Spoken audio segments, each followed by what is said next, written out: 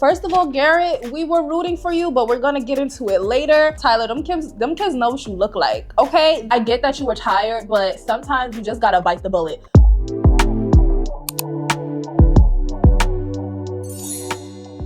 Hey y'all, welcome back to my channel. It is your girl, Christiana Faith. And today we are reviewing Love is Blind DC episode 10. And y'all, this episode was so juicy. The amount of notes that I have.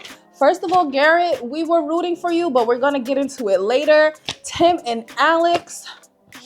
Anyway, so the episode starts with Nick and Hannah. They're taking engagement pictures. I'm sorry, you cannot sell me on Nick and Hannah. If this was like the end of the world and it was like, oh, to save mankind, Nick and Hannah have to be like an actual couple that actually likes each other, we would all be dead, guys. At this point, I just fast forward through Nick and Hannah past a certain point because I'm like, there's only but so much toxicity I want to consume when it comes to these two, because I'm like, Hannah, we get it. You're mean, we get it. But Nick, man up. Why are you still here? Like, it has to be for the airtime. It has to be because you just want to remain on the show for the bag, because I don't see any man actually staying with a woman this long with how crazy Hannah talks to him. It's crazy.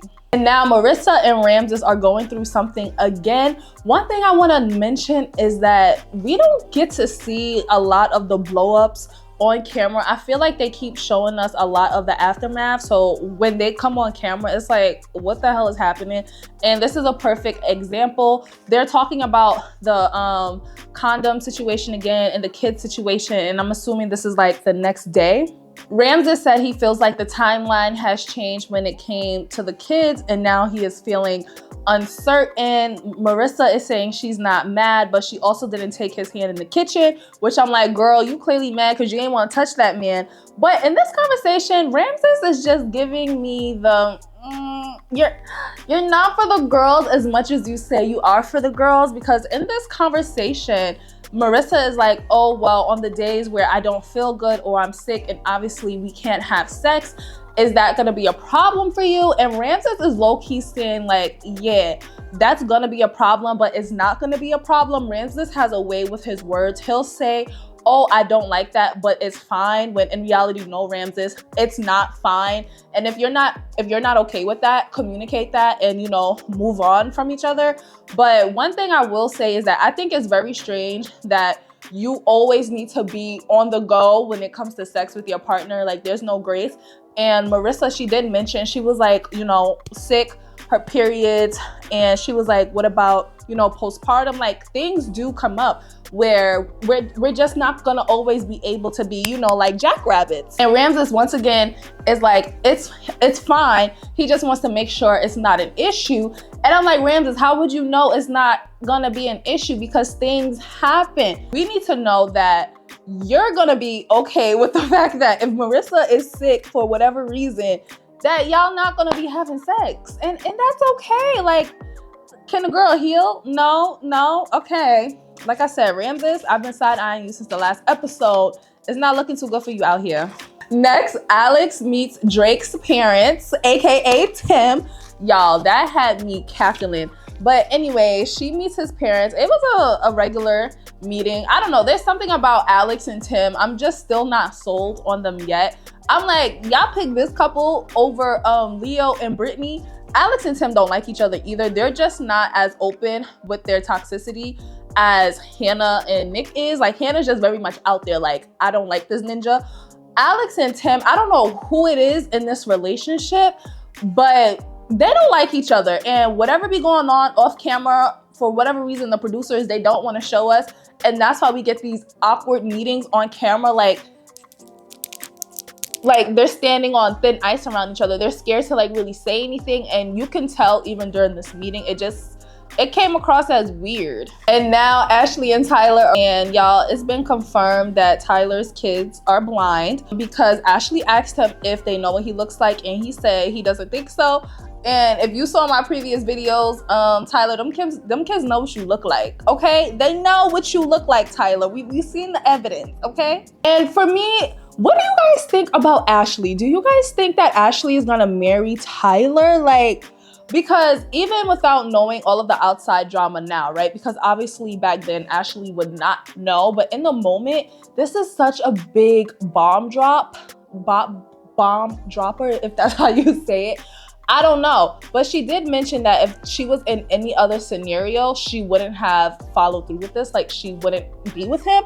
So I'm like, it's giving trauma bond, because you know, like, being on this show, Love is Blind, they say, allegedly, the producers be putting them through it, y'all. They don't be feeding them. They give them liquor. The sleep schedules are all crazy. The filming hours is crazy. So I'm just like, it's giving trauma bond. Because I'm like, if you wouldn't accept this in any other scenario, why would you accept this now, especially with how accelerated this experiment is? And then she said the first step is to know more about this friend and their dynamic. My question is, so y'all didn't do any of this off camera when you had the original conversation? Why are you still not seeing people at this point?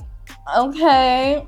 And once again, Tyler is reiterating that he just wanted to help a friend, and he felt like this was God telling him to help the friend because it was a lesbian couple, child. Stop bringing God into y'all mess. That's all I gotta say about that. And then their scene closes with Ashley saying it feels like they've been together forever. Yeah, this is a trauma bond. Ashley down bad. I hope Ashley don't stay, but we just gotta wait and see. Okay, so we're gonna breeze past Taylor and Garrett going on their date because they're so freaking cute. They're doing this fun date where they're making love letters. I'm assuming they're gonna have a letter station at a wedding. And I'm like, oh, that's such a good idea, because for me, I'm in the wedding planning process. I'm getting married like pretty soon. And I'm like, oh my gosh, watching this show, it's making me excited for my own wedding. And seeing that, I'm like, oh my gosh, we should do like a love letter station like Taylor and Garrett, because they're so freaking cute. But we're gonna breeze past them because it's a little boring. We're only here for the tea and the drama. Next, Hannah and Nick, they go on a date at an adult gym, which looks really fun. And of course, as much as Hannah wants to be portrayed as fun Hannah, Hannah is not giving fun Hannah. Hannah is miserable. Hannah is giving miserable, hangry Hannah. She already started asking him a whole bunch of questions. She's like, are you ready to be married? He answered, yeah. I guess she didn't like his response, and she gave some long braggadocious response, child.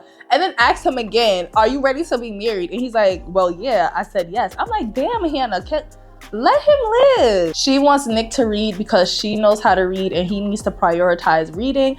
I'm just like, as much as Hannah says that she's so mature, Hannah is so immature.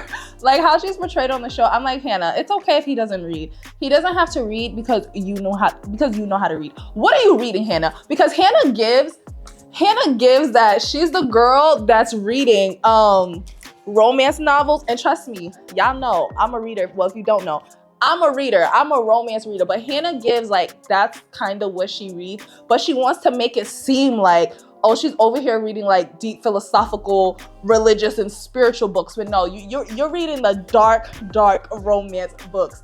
Okay, you got a favorite trope, friends to lovers. You're reading a good fantasy book. That's what you're reading. And I'm like, Hannah, it's okay if Nick don't want to read. What if he like Audible? That counts as reading. What if he wants to listen? Like, your partner doesn't have to do everything that you do necessarily, and that's okay. And Nick finally admits that Hannah treats him like he's a level below her, and that she throws shade at him. And I'm like, finally, Nick is speaking up and standing up for himself, child. And Nick said, I feel like you don't treat me as an equal. Would you believe Hannah fixed her mouth on camera on national television and said, well, I feel like when you start acting like an equal, you get treated like an equal. Let me just say this. There's a lot of discord online amongst men and women, and a lot of times I see women do a lot of things that are so vile and toxic towards men, and it doesn't get addressed at all. And this is one of those scenarios, because I'm like, if the roles were reversed and a man was speaking to Hannah the way she's speaking to Nick and said that, it would not be okay. I don't even think they would have aired it, or maybe they would have, just to show like that Nick's a piece of trash. I'm just like, that was such a crazy thing to say on camera. Once again, Hannah is not beating them allegations, child. Okay, so now we are at the best part that I really wanted to talk about, which is Alex and Tim So there's another awkward conversation between Alex and Tim Child. It's like the first 2 episodes. They're just walking in. Everybody's just like, oh, yeah, you want to talk? Sure. Child, basically Tim broke up with Alex and was like, I never want to see you again. With this conversation, Tim said that he did not like how Alex went to sleep after meeting his parents when the cameras, were gone. That they met the parents for 4 hours and Alex just went to sleep, and he was saying basically, you were sleeping for hours. My parents traveled 10 hours just to see you. Why would you do that? That's not okay. Alex's excuse was that she was tired and they've been talking for hours, and she needs to have her naps, and it was nap time and she only slept for an hour. They're going back and forth. Tim was still not having it, child. They were going back and forth about text messages, about who texted who. And I'm just like, you know what? Let's just call a spade a spade. Y'all are both horrible communicators when it comes to each other. I do not think that they were a match. And I think you could tell, especially from the beginning when they had that first argument on day 2, because listening to this whole scene about, oh, well, you did this and I did this. I'm just like, Tim, you need to loosen the reins a little bit. Like, Tim kind of gives like he wants you to act in a certain way, and if you don't act a certain way, if you don't get in line, then you're the problem and he's gonna drop you. And I don't think that's like the correct approach to a relationship. And he did mention that because he was also pissed that he had to do them dishes, child. And he was like, well, I feel like my wife isn't someone that I have to tell to do the dishes. I'ma just do it. And I'm like, Tim, once again, just because you would do it doesn't mean somebody else would do it. And it's okay to open your mouth and communicate that, okay? We're both adults, and you love to come across as someone who knows how to communicate and do things a certain way. You're a healthy, emotionally intelligent man, which I'm not gonna say you're not. You have a little flaw there going on that I'm seeing based on this 2-minute clip. You should probably work on that. And for Alex, girl, his parents came over. You could have stayed up the extra time just to talk to his parents. Like, with this whole experiment, everything is so accelerated once again. I get that you were tired, but sometimes you just gotta bite the bullet, okay? And if it was truly that important, let's say to do anything, I think you could sacrifice an hour nap, because that's all that it was, correct? Or maybe you could have communicated to the parents and Tim, oh, hey, I would like to go upstairs and take a nap. No, honestly, no. The taking a nap when the parents came, I'm sorry, for me personally, I think that was dead wrong. You should have just stayed up, girl. They drove 10 hours to meet you for the first time. This is the first time you meet his parents. Like, I think you should have stayed up. I definitely think you should have did a little bit more when it came to meeting his parents, because from what we saw, Tim laid it all out. He cooked, he got on a grill, he did them dishes, child. And I don't know if we just didn't see it, but Alex really didn't do much when it came to meeting Tim's parents. I don't even think she got them like flowers or a gift or something like that. But yeah, it just seemed like they just were not a match at all. I'm not team Alex. I'm not team Tim. I think how Tim communicated the I never want to see you again part, Tim seems like a person that was just fed up altogether. And once again, this is my stance, because I don't know. We do not know what happened before this, because for whatever reason, the producers, they don't want to show us anything prior to them getting on camera and having these weird, awkward conversations. So there's a lot to imagine. There's a lot to interpret. And what I'm going to interpret is that they were just not a match. And clearly something happened. I don't know what happened, so I can't be like, oh, fully it's on Tim, fully it's on Alex. I don't think it's either of them to be the blame necessarily. I just think it's two people that were just not a match, and we saw how it ended. I wasn't surprised. Let me know down below how you feel about this situation. Are you team Tim? Are you team Alex? Because online it's pretty like 50-50. It's not really like one-sided. Oh, and I forgot to mention, this argument was 2 days after he met Alex's dad. So I'm just like, 2 days after, and you break it off that fast, just like that, and that's your response when you ask this man for his daughter's hand in marriage, and you just end it just like that. That's why I think something else was going on behind the scenes, child, because I'm like, for you to end it so abruptly and nasty like that, it's crazy. Like, Tim, now, if you just ended it with this girl just like that because of the whole nap situation where I feel like you could really talk about it, she was wrong, but I'm like, that's something you could talk about. But if you just ended it because of that, come on now, you're the problem. But I don't know. I'm gonna wait for the reunion for more receipts to drop. Hopefully they do drop, child, but you know, we can't leave it up to them to ask any questions, child. Getting into Taylor and Garrett. Garrett, we were rooting for you. Now we're finally getting some drama with Taylor and Garrett. Garrett was texting an ex that hit him up, and he told Taylor about it right before they were going to like the big meetup where they meet the couples that didn't make it outside of the pods. And he was like, yeah, this was the message and I just liked it. And of course, Taylor is like, you see my friends around me are dropping like flies in this experiment. They're getting cheated on left and right. I've been cheated on. Why would you lie to me? And I'm like, Garrett, now come on. This girl done seen Monica like go through it. Why would you not just tell this girl that your ex texted you? Garrett said he wasn't thinking, and they kind of get through the tiff. Of course, Taylor's just like, next time, don't do this again. Just communicate with me. I'm mad with you right now, but like, let's go. We still going to this party. We're still getting married, all the things, right? So they move on. They go to the party. This party was very, very interesting. Like episode 10 ended so freaking juicy. We get to see characters like Kate. We get to see Bowden again. Hannah rushed up to Kate, her best friend child that she met during this experiment, her best friend. It was like, do you want to meet Nick? And I'm like, girl, you are so insecure and messy. Because before all of this happened, Nick and Hannah were going through it again. I skipped that part. But they was going through it again and talking about Katie. And I'm just like, so after y'all had that conversation, you mean to tell me as soon as you see Katie in a party, you be like, you want to meet Nick? You know what you was doing, girl. So this Katie character, she's very interesting. Katie went up to Hannah and was like, oh, Nick is cute. Like, you know, he's really cute. He looks just as good as he sounded in the pause. She said something like that. And she was like, you know, no offense, of course. And Hannah's like, yeah, sure, okay. I'm like, girl, But then Katie also kept mentioning to like other women at the party how cute Nick is. And I'm like, okay, first of all, Nick is not that cute. But that's just number one. Nick is not that cute. Like, I can understand if like he was like Thor, but come on now.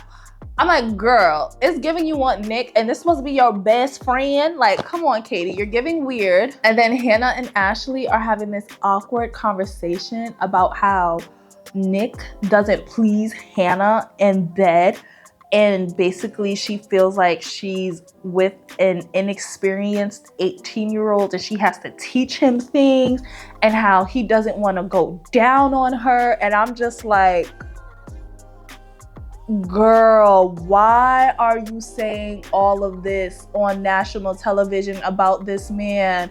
And then in the same breath, she's like, you know, you got to be careful how you address these situations because of their ego. I'm like, how do you think Nick is going to feel with you saying this on national television? That he's inexperienced, that he don't do nothing, and that you have to teach him all these things. I could not, I'm just like, Hannah, girl, it's giving you don't want people to like you at this point. And then at the same time, Nick is having a conversation with Katie. In my opinion, this conversation was inappropriate, only because they're just laughing and giggling about, oh, there are times in the pause, like, oh, you're so lovely, you're so cute, you're such a good guy. Like, I don't know. Anytime I see conversations like that, I don't know. It just felt icky. It felt inappropriate to me. And I'm like, Nick, you know how your girl is. And what do you have to talk to this woman about for 40 minutes? Because that's how long the conversation was. 40 minutes? What are y'all talking about? And then for the conversation to end with, oh yeah, well, we'll meet up and go to like a baseball game or something like that. I'm like, super inappropriate, Nick. And you know Hannah would not approve of this conversation. And once again, like I said, we was rooting for you, Garrett. Child, Garrett lied to Taylor. So Garrett waited until he got in front of Ashley and Tyler, and he finally admitted, oh wait, no, I didn't just like the message, I responded to the message. Child, Taylor did not like that because in her head, all she is hearing is that, oh, you're cheating on me. You cheated on me. Why would you do this? You got me looking stupid. And she was like, oh, well, let me see the phone. Let me see the phone. And he's like, oh, well, my phone is over there. I can get it later. I'm like, Garrett, get up and go get that damn phone. Okay? Because now, why you didn't tell her this earlier? Garrett. I know we wanted drama from y'all, but this is not the drama we wanted, okay? And then episode 10 ends right there, you guys. So comment down below your thoughts about episode 10. This episode was actually pretty good. We got a lot in this one episode. Make sure you like, comment, and subscribe, child, and stay tuned for episode 11. I'll see you guys in my next video. Bye.